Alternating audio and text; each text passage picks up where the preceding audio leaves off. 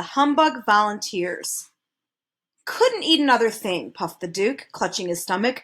Oh my, oh dear, agreed the minister, breathing with great difficulty.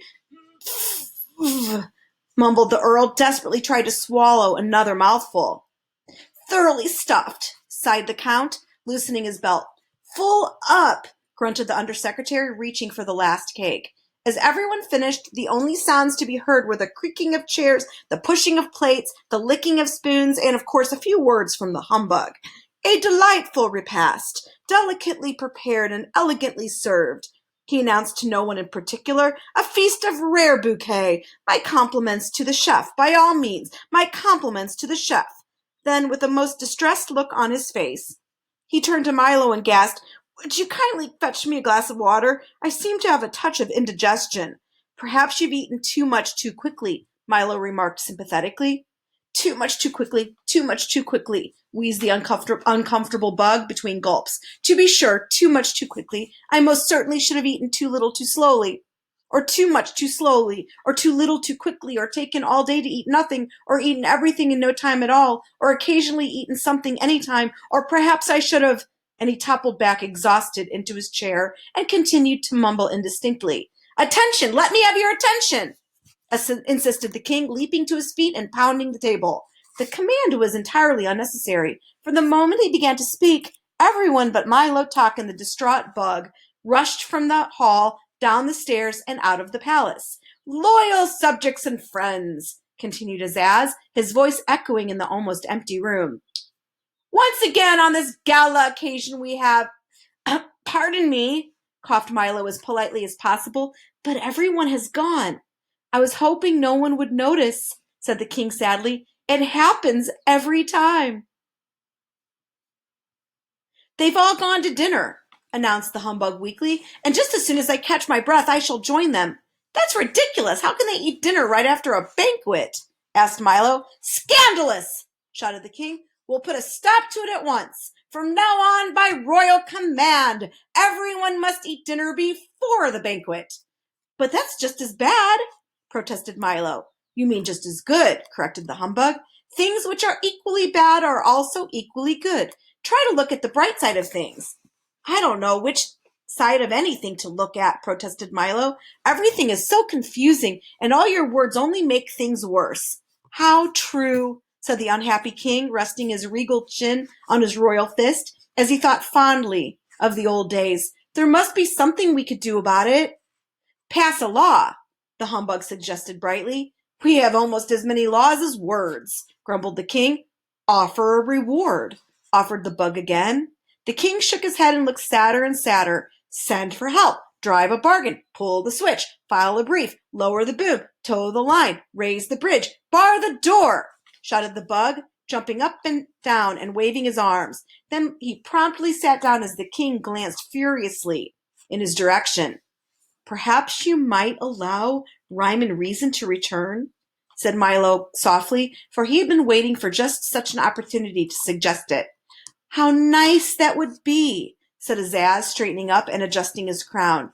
"Even if they were a bother at times, things always went so well when they were here." As he spoke, he leaned back on the throne, clasped his hands behind his head, and stared thoughtfully at the ceiling. "But I'm afraid it can't be done." "Certainly not. It can't be done," repeated the humbug. "Why not?" asked Milo. "Why not, indeed?" exclaimed the bug, who seemed equally at home on either side of the argument. "Much too difficult," replied the king. "Of course," emphasized the bug, "much too difficult." "You could if you really wanted to," insisted Milo. "By all means, if you really wanted to, you could," the humbug agreed. "How?" asked Azaz, glaring at the bug.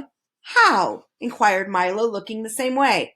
"A simple task," began the humbug, suddenly wishing he were somewhere else. "For a brave lad with a stout heart, a steadfast dog, and a serviceable small automobile." "Go on," commanded the king. "Yes, please," seconded Milo. "All that he would have to do," continued the worried bug, "is travel through miles of harrowing and hazardous countryside, into unknown valleys and uncharted forests, past yawning chasms and trackless wastes, until he reached Digitopolis, if of course he ever reached there. Then he would have to persuade the math magician to agree to release the little princesses, and of course he'd never agree to anything that you agreed with, and anyway, if he did, you certainly wouldn't agree to it. From there, it's a simple matter of entering the mountains of ignorance, full of perilous pitfalls and ominous overtones, a land to which many venture but few return, and whose evil demons slither slowly from peak to peak in search of prey. Then an effortless climb up a 2,000-step circular stairway without railings in a high wind, at night, for in those mountains it's always night, to the castle in the air. He paused momentarily for breath, then began again. After a pleasant chat with the princesses, all that remains is a leisurely ride back through the chaotic crags, whose frightening fiends have sworn to tear any intruder limb to limb and devour him down to his belt buckle. And finally, after the long ride back, a triumphal parade, if of course there's anything left to parade, followed by hot chocolate and cookies for everyone. The humbug bowed low and sat down once again, very pleased with himself. I never realized it would be so simple, said the king, stroking his beard and smiling broadly. Quite simple indeed, concurred the bug. It sounds dangerous to me, said Milo. Most dangerous, mumbled the humbug, still trying to be in agreement with everybody. Who will make the journey? Asked Tock, who had been listening very carefully to the humbug's description.